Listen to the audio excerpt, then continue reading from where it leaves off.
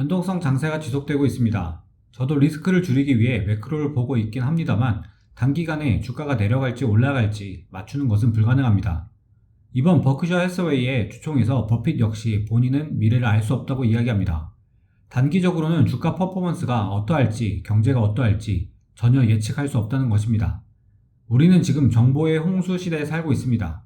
TV를 조금 보더라도, 유튜브를 보더라도, 인터넷 기사를 보더라도 쉽게 단기 주가 전망을 하는 사람들을 많이 찾아볼 수 있습니다. 그러나 그 누구도 경제가 단기적으로 어떻게 바뀔지는 맞출 수 없습니다. 현금과 현금 흐름을 만들어낼 수 있는 자산의 적절한 비중 조절로 대응을 해나갈 수밖에 없는 것이죠. 워렌 버핏 또한 기업 가치 대비 거래되는 가격이 고평가된다면 주식 비중을 줄이고 기업 가치 대비 가격이 저평가된다면 주식 비중을 늘리는 방식으로 시장 대응을 해왔습니다. 주식을 사고 팔 때 앞으로의 경제가 이러니까 이런 식으로 흘러갈 거야 라는 생각으로 결정을 내리지 않았죠. 이런 방법으로 지난 수십 년간 지수를 2배 이상 아웃퍼폼하는 엄청난 성과를 보여주었습니다. 따라서 매크로가 이렇게 흔들릴 때 처음 종목에 투자할 때를 생각하며 장기적인 관점으로 기업에 집중하는 것이 중요할 것으로 보입니다. 저 또한 기업 가치 평가를 할 때 할인율을 계산해내기 위해 매크로를 지속적으로 지켜보고는 있습니다. 따라서 매크로 이야기는 지속적으로 이야기를 할 생각이지만 전문가들도 맞출 수 없는 매크로 전망을 감히 제가 할 수 있는 것은 아니기에 참고로만 봐주시기 바랍니다. 저는 보수적으로 할인율을 계산하기 위해서 그리고 이를 통해 현금 주식 비중을 맞추기 위해서만 이를 활용하고 있습니다. 금리가 급격하게 상승하면서 또 그 와중에 장단기 금리차가 역전되며 4월에는 현금으로 모두 마련했었습니다. 그리고 지금 저렴한 주식들 위주로 새롭게 5월에 매수를 진행하고 있습니다. 따라서 현금을 많이 갖고 있었던 미국 주식의 경우 큰 손실을 피하였으나 정말 소액이지만 위메이드 하나만 갖고 있는 한국 계좌는 처참하게 무너졌습니다. 제 연간 목표 수익률은 15%이며 더 큰 목표는 시장 수익률을 상회하는 것입니다. 현금 보유 비중이 컸던 미국 주식은 S&P 500이 9.11%, 나스닥이 13.51%에 빠질 동안 3.71%밖에 손실을 보지 않았습니다. 물론 올랐으면 더 좋았겠죠. 소액이긴 합니다만 위메이드를 100% 갖고 있는 한국의 경우 손실률이 막대합니다. 역시 ETF 위주이고 그것 또한 분산하여 투자하고 있는 연금의 경우 올해 가장 좋은 퍼포먼스를 보이고 있습니다. 물론 여전히 손해이긴 합니다.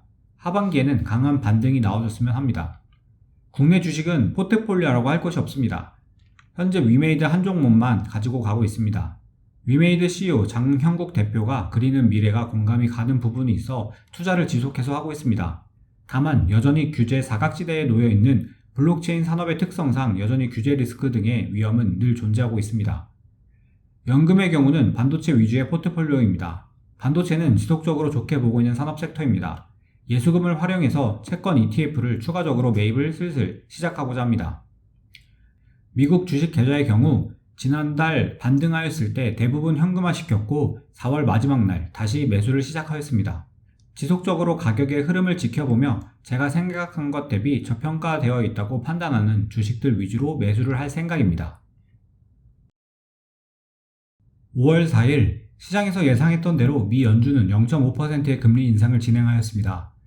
다음 금리 인상 또한 시장에서 우려하던 0.75%의 인상은 없다고 단정하였기 때문인지 연준의 발언 이후 시장은 크게 반등에 성공하였습니다.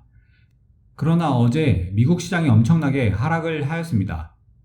나스닥의 경우 5%의 하락을 보였습니다. 솔직히 투자자라면 이렇게 엄청난 하락을 보일 때 두려움을 겪을 수 있습니다. 시장의 하락이 얼마나 지속될지도 모르겠습니다. 다행히 방어적인 포트폴리오를 만들어 두었었는데요. 5월에는 다시 밸류에이션상 저렴해 보이는 주식들 위주로 조금씩 매수할 생각입니다. 공포지수라 불리는 시장의 변동성을 나타내는 빅스 지수 역시 굉장히 크게 상승한 모습입니다. 최근 있었던 경기 침체인 금융위기와 코로나 위기 때는 이 지수가 60을 넘은 적이 있던 만큼 경기 리세션이 곧 온다는 게 기정사실화된다면 이 지수는 아직도 올라갈 수 있겠죠. CNN에서 보여주는 공포지수 역시 공포 단계를 보여주며 시장의 심리를 엿볼 수 있습니다. 높은 변동성 지수와 공포지수를 볼 때 시장에서 전체적인 투자 심리가 좋지 않다는 것을 알 수 있습니다. 보통 경기 침체에 빠지지 않고 이러한 투자 심리가 좋지 않을 때 주식 가격은 갖고 있는 가치보다 낮은 가격에 거래될 확률이 높습니다. 만약 현재가 경기 침체로 가는 것이 아니라 연준에서 말하는 것처럼 소프트 랜딩 중이라면 투심이 회복된 이후에 주가가 정상화될 수 있을 여지가 있습니다. 그러면 지금이 경기 침체로 가는 것인지 단순히 소프트 랜딩 중인지를 확인해 봐야겠죠. 불행 중 다행인 것은 장단기 금리차가 역전되었던 것이 긴 시간 지속되지 않았던 점입니다. 장단기 금리차가 오랜 시간 역전해 있다면 그만큼 경기 침체의 확률이 높아지는데 일단 그렇지 않은 것은 다행이라 봐야겠죠.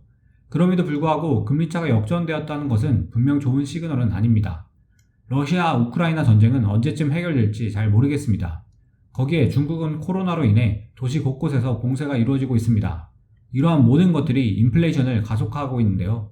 거기에 코로나 위기 때문에 풀린 무지막지한 요동성까지 한몫 더해져 높은 인플레이션을 우리는 경험하고 있습니다.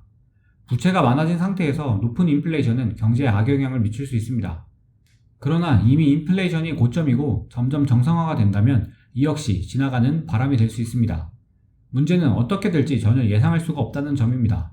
전문가들도 어떤 이들은 인플레이션이 지속될 것이라 예측하고 있고 어떤 이들은 인플레이션의 피크는 이미 지나갔다고 이야기하고 있습니다. 이때 버핏의 말을 다시 한번 생각해 볼 수 있습니다. 우리는 경제를 예측할 수가 없습니다. 주식하기 좋은 달은 없다고도 흔히 이야기하죠. 투자자들이 할 수 있는 것은 위험에 대응하며 기업에 집중하는 것입니다. 저는 지금 현금 비중이 높은 편입니다. 그리고 투자 비중은 개인적으로 저렴해 보인다고 생각되는 걸로 점점 늘리고 있습니다.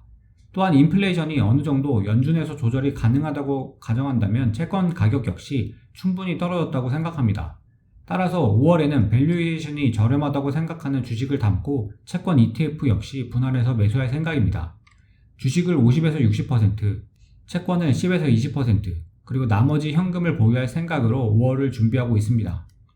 주식을 사기 가장 좋은 시기는 역시 모두가 두려움을 보일 때라 생각합니다. 시장 참여자들이 비관적이어야 주식 가격이 가치 대비 저렴해지기 쉽기 때문입니다. 미래는 알 수 없지만 경기가 후퇴되지 않는다면 지금은 주식을 사 모을 때겠죠. 만약 당장 경기 침체가 온다고 하더라도 미래에 성장할 수밖에 없는 주식들 위주로 산다면 언젠가 경기가 회복이 되었을 때는 지금 가격보다 분명 높아져 있을 것입니다. 그렇기 때문에 약세장일수록 기업 공부를 더욱더 집중해야 한다고 생각합니다. 오늘 영상은 이만 마치겠습니다. 영상을 시청해주신 모든 투자자들의 성공 투자를 바랍니다. 영상을 시청해주셔서 감사합니다.